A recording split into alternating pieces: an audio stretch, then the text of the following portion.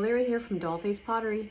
How are you doing today? It's the midst of summer. It's July, almost the end of July actually. And I'm taking the liberty to harvest from my garden today some leaves that I think would make particularly good hand-built dishes. So I've had a number of requests for hand-built demos. So what I'll do is I will put the view window down on my cucumber leaf. So my husband is growing cucumbers in the greenhouse, amongst other things. And this is a cucumber leaf that I have rolled in to the clay. I've taken the liberty to press the leaf down into the clay. So all I do is take my pony roller and I press the leaf into the clay and roll it into the clay. The leaf side down, like this is the kale leaf, for example. This is the top of the leaf. This is the back of the leaf. So you roll the back of the leaf into the clay for the best impression. What I'm going to do is just release the leaf by gently lifting the leaf up, and it never comes off in one piece, never does. So this is the painstaking part of getting the leaf off without damaging too much of the texture from the leaf.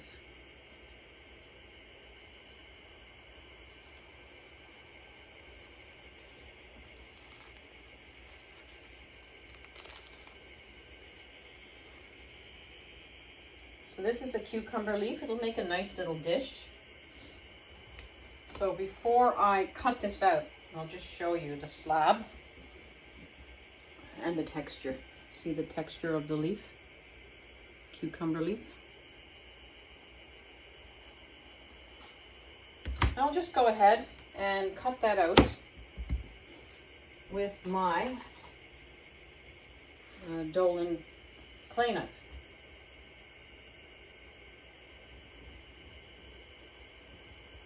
So making a guide ahead of time, you know, takes the brain work out of it, and then you can just go ahead and cut. Make a couple of release cuts to release the extra clay. Put it to the side. And I can make feet out of these larger strips here. So that's fine.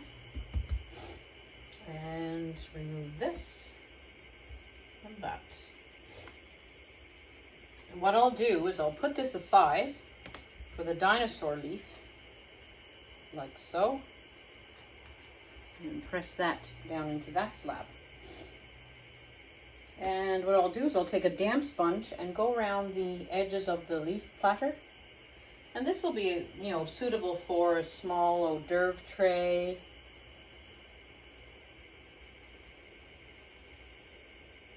One, as you know, it's going to be a small one because clay shrinks, and this clay shrinks at about 14%. So by the time it's all said and done, glazed and looking pretty, it'll be 14% smaller, so it's significant. So what I'm doing here now is I'm just rubbing the deeper craters of the leaf. I'm rubbing it so that there's no sharp edges. So although it's not sharp now, it will be once it's glazed if I don't do this step.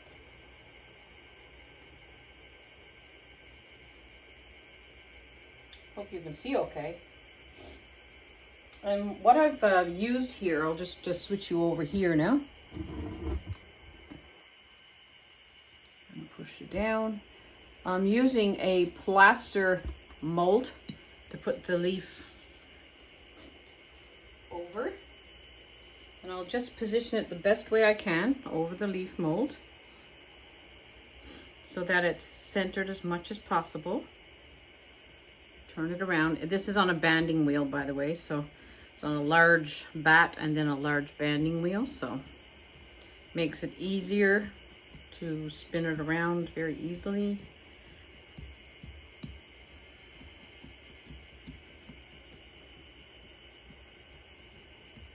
And what I'll do is use a soft rubber rib to smooth out the canvas texture on the back.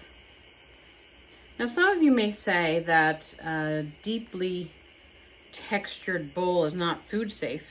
Well, that's correct. However, if you fill in any gaps in the bowl, any deep craters, which I did with my finger, and if you glaze it properly, it should be okay and just be able to be easily washed in the dishwasher or by hand.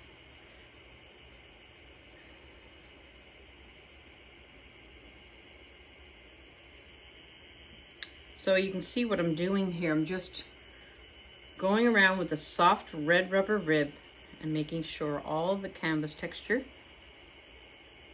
is taken care of. So I'm planning on doing a number of demos in the next few months. I have been doing a lot of traveling, and I will be for the rest of the summer, although I'll have like a week or two here and there to pop in and pop on and do some demos, because a number of you have been requesting that. So next I have to make my foot. So with the leftover clay, which I have here, this is the foot maker by GR Pottery Forms. It's like about $8, I think. Some people make their own out of corn cob skewers or holders. So this is perfectly angled so that the foot will also have a bevel on it. So what I do is I'll just drag it along this piece of clay here. Hold on to the clay and drag it along to make a foot. I'll do it again. Drag it along to the other piece here, the other side. And don't worry, if the feet don't reach all the way around, that's fine, because you can just join the 2 feet together. So what I have now is a beveled foot. So the larger flat side is what I'll score, and then you'll see the bevel here. So I'll score this, turn it over, and score it with my score tool.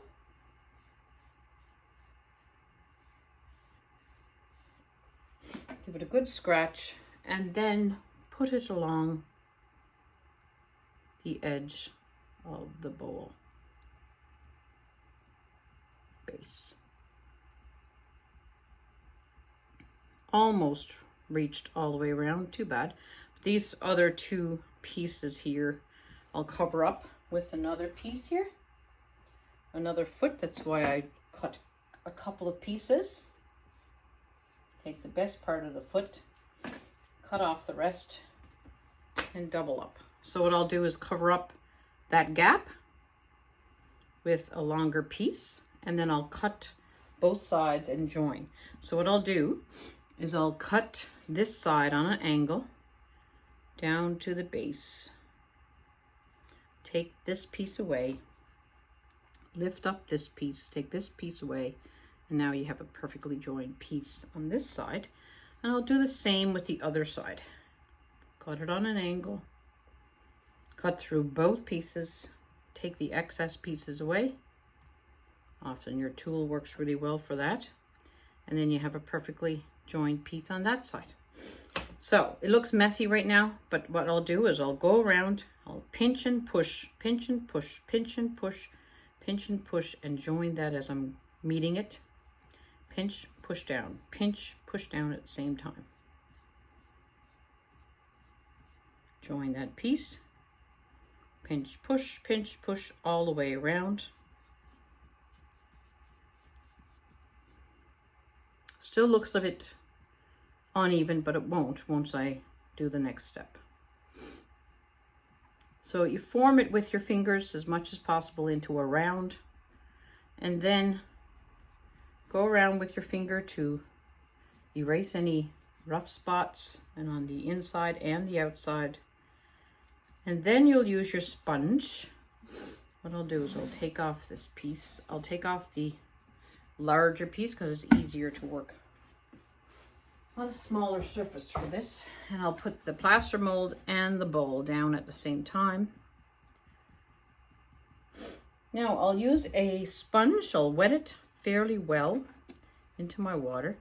And it's very wet now, so I'll just push the banding wheel around as I'm putting the sponge around like a taco shape. Okay, I'll squeeze it and push it around at the same time, squeeze it down, push down to compress the foot. And as you can see, you can see it's a little bit more uniform now.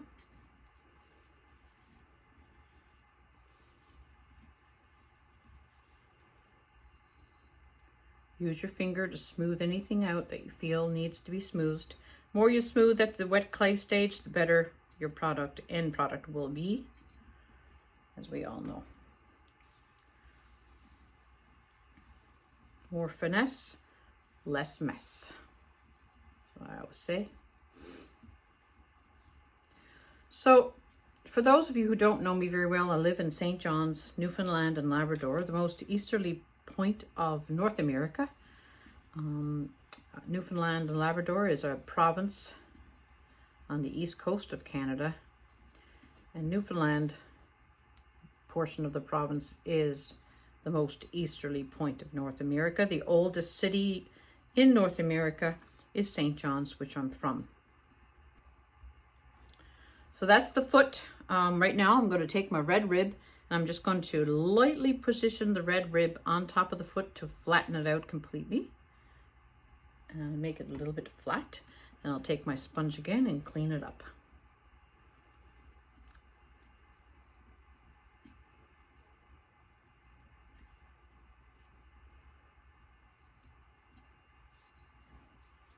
Clean up any dents and divots with my finger. Wet it with a sponge a little bit, not too much. I don't like to wet my hand-built pieces too much because, you know, it encourages cracking. So once this dries up a little bit, we'll come back and I'll put my signature on there, and then I'll remove the leaf from the platter, from the, plaster form. I'm just finessing the foot a little bit more. And I'll get rid of any fine lines with the rib once more, especially in the middle, because that's where my signature is going to go.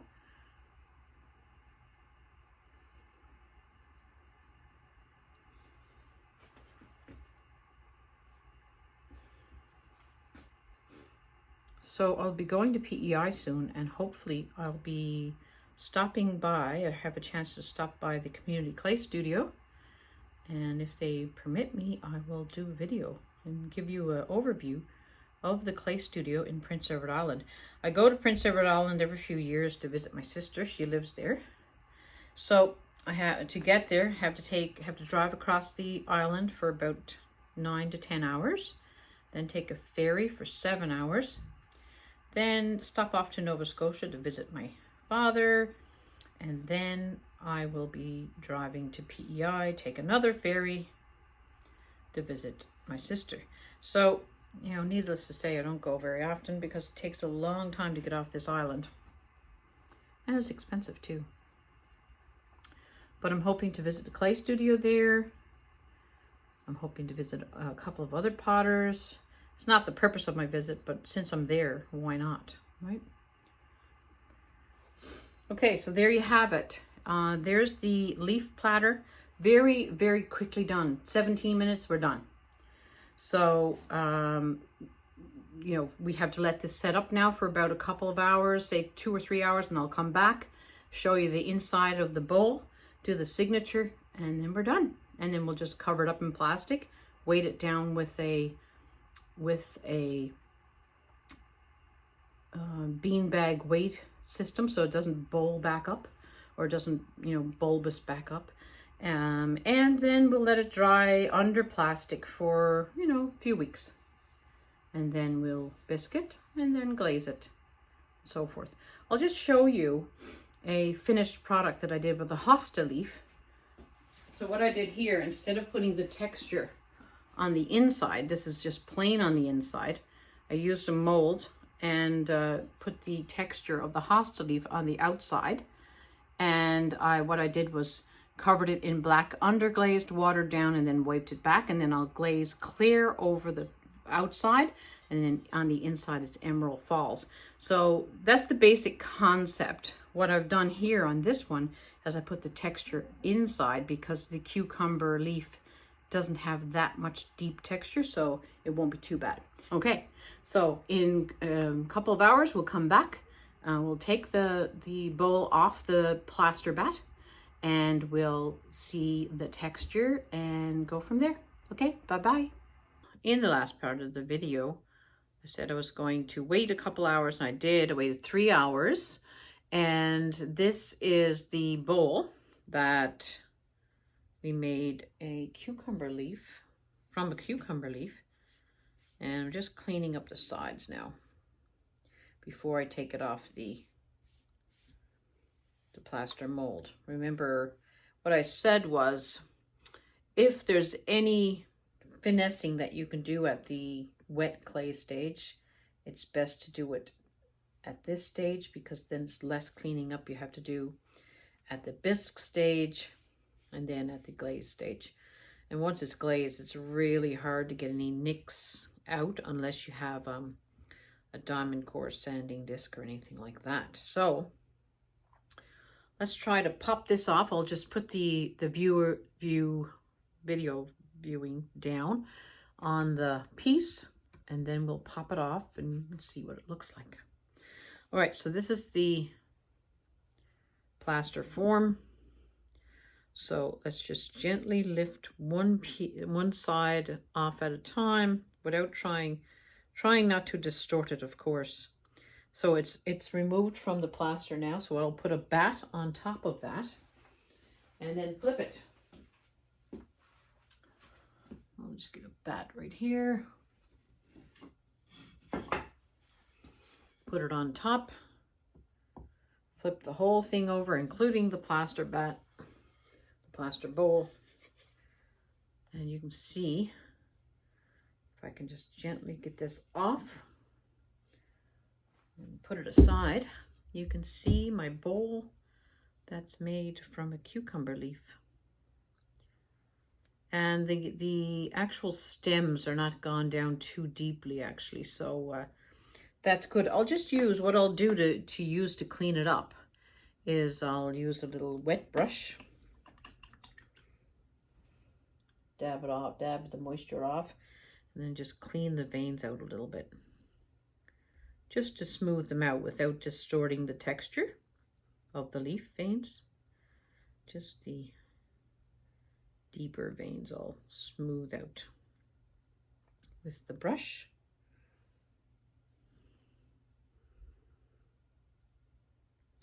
So if you have suggestions on hand building demos, I will be doing some in the future, some more detailed ones in the future that, you know, once I get organized and once the summer is over, because summer is very busy with grandchildren and just children in general and travel, things like that. So once I get settled in the fall, everyone's back to school and things like that, all the travel is over with, then I'll start focusing on making product, of course, but also making some demo videos as you've requested. Anything I can do to help make a potter's life better, well, then why not? There's room enough for all of us, isn't there? You know, some people, I've heard some people say, well, I'm not going to teach my craft. I don't want the competition. Well, if you fear competition, teaching is half the joy of passing on some skill and actually learning as you're doing, because viewers will give you some tips and tricks too. So the teacher is also learning.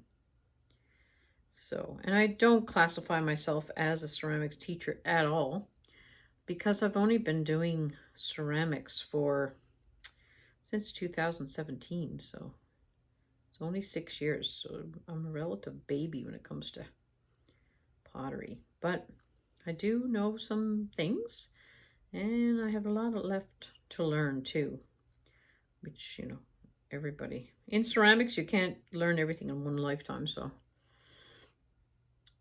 it's interesting, isn't it? Now, so the veins are neatly cleaned out and smoothed with a little paintbrush. That's all it takes.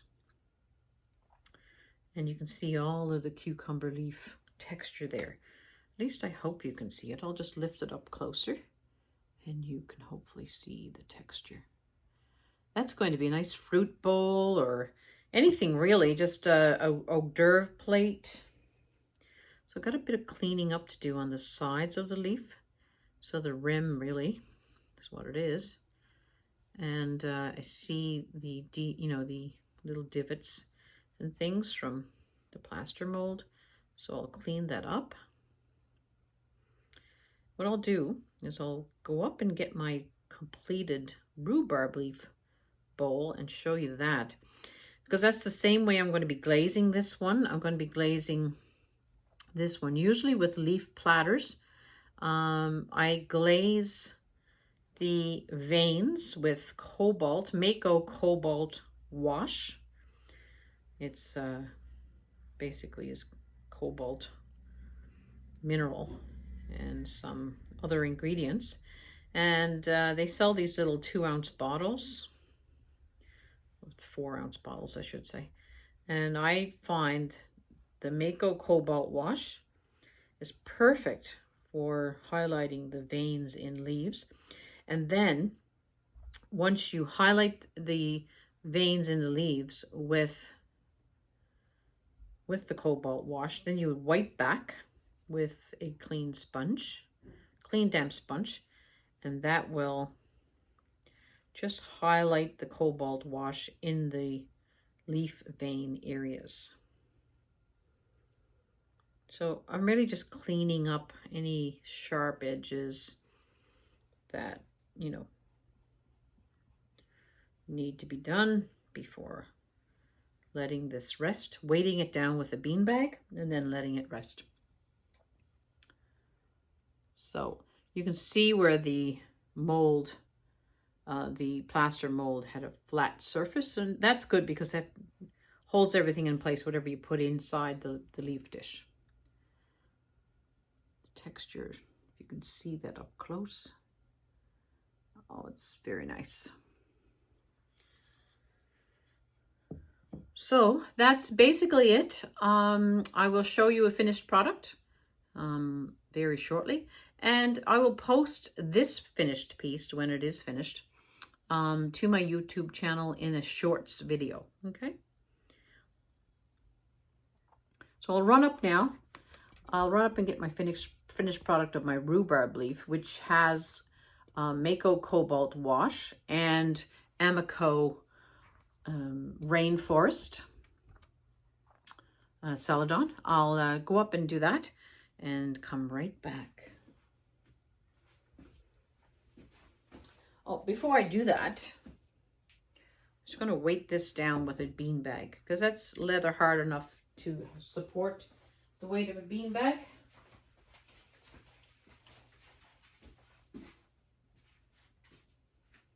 I can find one. Found one.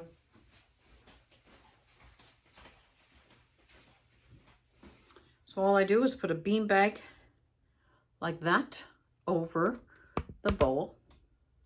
And this, all of this is just a piece of material. It's a sleeve of an old top that I used to have. And I tied the sleeve together, filled it up with beans, navy beans, and then you just rest it on the plate and then put it under plastic. Okay, I'll go get the finished product and show you. So I'm back. And this is very similar to the finished product of what you saw earlier. This is a rhubarb leaf. So this is a fairly big bowl. I tried to glaze it to represent the rhubarb leaf, which is green. The cobalt highlights the veins very well. And then the underside is the colors of the rhubarb, which is green, pink, and red, the rhubarb stems. So this was made very similarly, except with a rhubarb leaf. And that's the way that the glazed piece will look when it's finished. So hope this is informative. I will show the final piece of what we worked on today on my YouTube page under the shorts video, but this will give you the gist of what it will look like. This is Amico Rainforest with Mako Cobalt Wash. Put in the veins first and wipe back. Then Amico Rainforest times 3 coats, and then Mako Flux around the edges. You can really see, if I can show you, you can really see the bluish tint in the veins up close. That's the Mako Wash. And of course the Rainforest is the dark green, and then the light flux around the rim. Hope you enjoy. Bye.